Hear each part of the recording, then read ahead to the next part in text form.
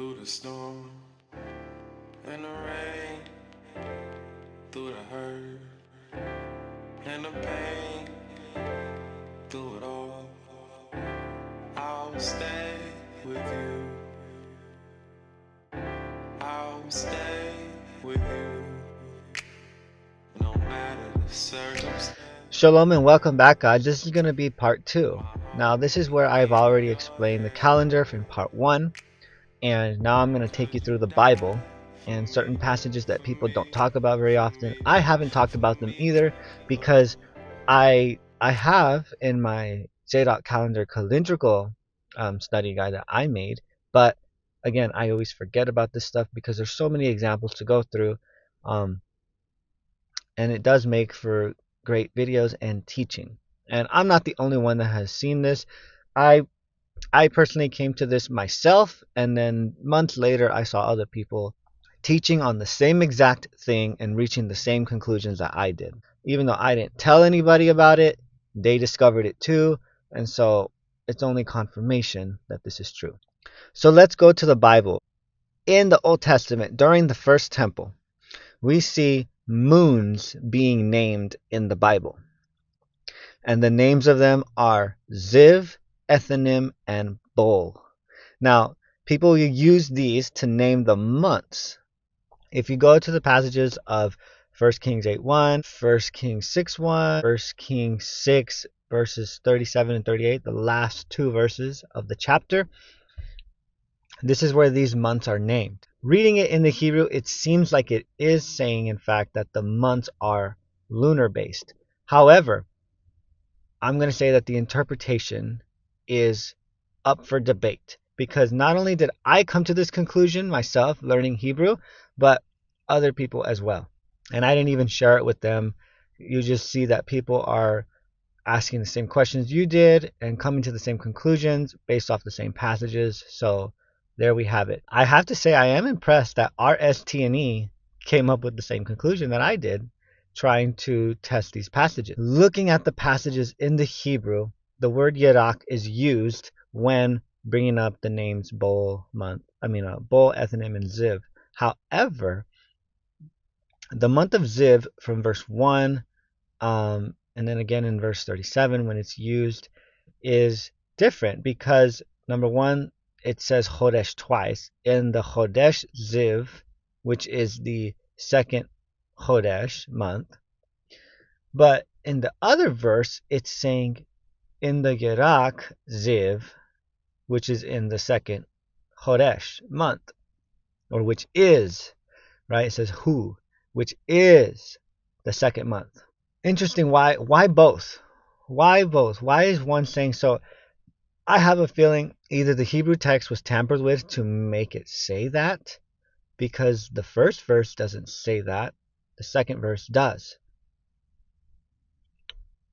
Now the other passages of 1 Kings 8 and the last verse of chapter 6, when it brings up Ethanim, it uses Yerach as Ethanim, so in the moon Ethanim, which is the seventh month, Chodesh. So it's interesting why it's using both. It's saying Yerach, Ethanim, and then month, Chodesh, seventh, but with Ziv, it used the month Ziv, the second month, Chodesh.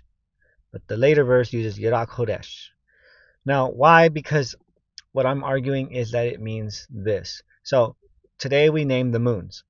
In the month of May, which is when Ziv is, if you look up the Hebrew word for Ziv, it's going to say that it's pertaining to the flowers. And if you look up the months of Bol and Ethanim, they're related to water. Rivers, water, it's all weather-based, agricultural names for the moon, because it's giving you the Yerach. It's giving you the moon is named Ethanim, Ziv, and Bol. Those are the names, not the names of the months, the names of the moon. Today we have the flower moon in May. Is the month named the flower, or is the moon inside the month named the flower? The moon inside the month. So we have the flower moon, which is the month of May. The month of May is 31 days. It is not 29 or 30 days just because of the moon inside the month. That is what I'm going to argue for the interpretation of these passages only, because these are the only passages that have names tied to the moons for the months. When we get to Ezra, Nehemiah, and Esther, and Zechariah, they always use Chodesh. There's never Yirak ever mentioned next to the words, ever. Not even in the same sentence. There's never Yirak called Nisan and Savat and Sabat and all the other names. They're not given. So they always use Chodesh. It's the Chodesh of Nisan. It's the Chodesh of Sivan. It's the Chodesh of Sabat. They always give you, and then the name, the month. You know, it was the first month Nisan. It was the third month Sivan. It was the 11th month Sabat. They always give you the number with the name with Chodesh, never with Yirak. Ever. The only time that they do give you Yirak is in these passages in First Kings. Let's use that same language for what we have today. The flower moon is in May, and it's the flower moon. It's called the flower moon. It's called the flower Yirak, okay, which is the fifth month. It's the fifth month. Our fifth month is called May on the Gregorian calendar. It's called May. It's not called the flower. The full moon inside of it is called the flower, but the month is not the flower. Matter of fact, the month is 31 days. It is not limited to the 29 and 30 of the moon inside that month. May is 31. May is not 29 or 30. It's the same thing with the solar Zadok calendar. I believe that the Israelites, had the book of Enoch and everything, and so they understood that for whatever reason they didn't want to name the months. They just had them numbered until after Babylon they inherited the names. Point being is that they went ahead and named the moon because the moon would dictate, the flowers blooming at a certain time of the year, or how water or rivers have an abundance of some kind. Like we have the sturgeon moon in August. The month of August is 31 days. It's not 29 or 30. The moon inside of it is called sturgeon because that's when the fish multiply abundantly in that moon cycle. So I believe the Israelites did that. That's why Ethanim, Ziv, and Bul are those names. And there's not really anything else mentioned, so we don't know what else the other months were, what other moons, not months, what the other moons inside those months were called. So that is what I'm going to argue for the interpretation of these passages, because we have proof of Hodesh continually being used in later passages, because we know Ezra reestablished the solar calendar. As messed up as his Ezra monopoly was, and how he tampered with the text and changed things that are different from what the Samaritans, the Shomramim, had and have today of the Torah. His whole agenda in excluding them when they belong to the tribe of Joseph. As bad as he did that, he gave us the scriptures. He would reestablish the solar calendar. He would reestablish the priesthood. Moving on, I want to go to Joshua chapter 5, verses 10 through 11. Now, in this passage, it simply just says that they kept the Passover at Gilgal, and the next day they did the Feast of First Fruits. Now, you can't do that the day after the Passover. There's no way. I don't care how you decide to keep your Passover. For all the lunar observers, there's two interpretations. There's the 13th day, the 14th night, that's Passover. Or there's the 14th day, the 15th night after sunset is the Passover.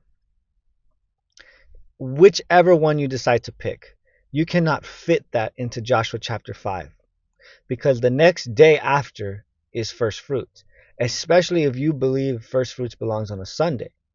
And even if you don't believe it belongs on a Sunday, like the rabbis, they do the 14th night, 13th day, 14th night, same day, just after sunset. They do that as Passover. Then they do the 14th day, 15th night, unleavened bread. 15th day, 16th night, first fruits. So first fruits would be on the sunset of the 15th day. It'd be 16th night. Then first fruits would be the following morning. So you have at least 2 to 3 days before you even celebrate first fruits. And that's doing them back to back. There is no way for it to be the next day eating a first fruit of any kind. Like I said, especially if you think it belongs on Sunday. The only way that would be possible, and it's never practiced this way, and this is how the previous congregation that I belonged to explained it, is if Passover was on a Saturday night. But if Passover was on a Saturday night and you consider that the 15th night, you cannot eat first fruits the following morning because the following morning would be the 15th day. The 16th at night would be the following night. And nobody eats first fruits at night after sunset. You do first fruits in the daytime, not only because the day is sunrise to sunrise as the solar calendar um, has it, but because that's when you do your morning and evening sacrifice. You don't do it after sunset when it's dark. They never did.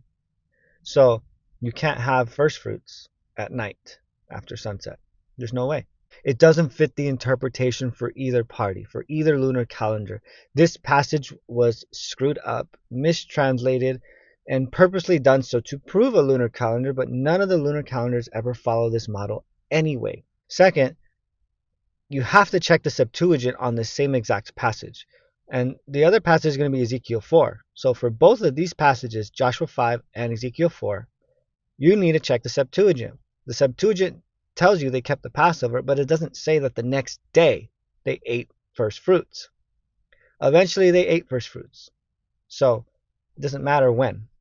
Eventually they did, but it was not the next day. That's impossible. Ezekiel 4.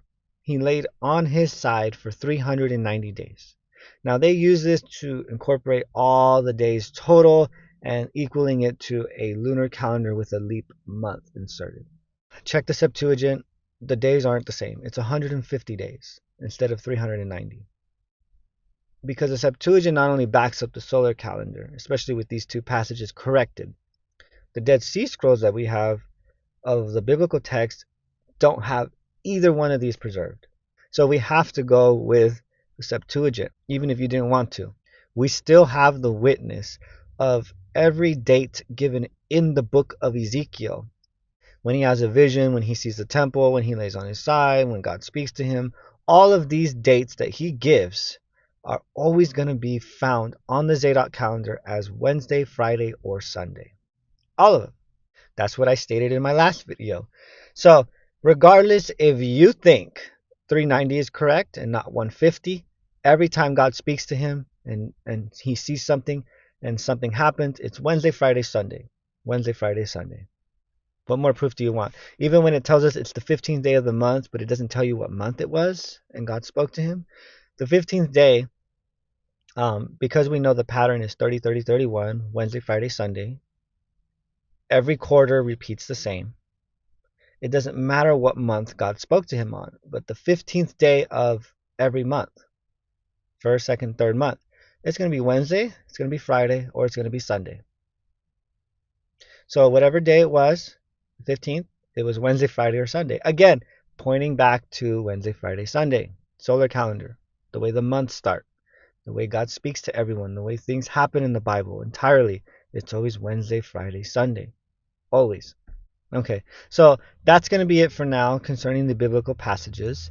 I'm going to do a third one because I don't want it to be long. I'm going to do a third one concerning the 28-year solar cycles and the name of God, which was related to my part 5 videos. So I hope you enjoyed this. I was trying to just make it quick.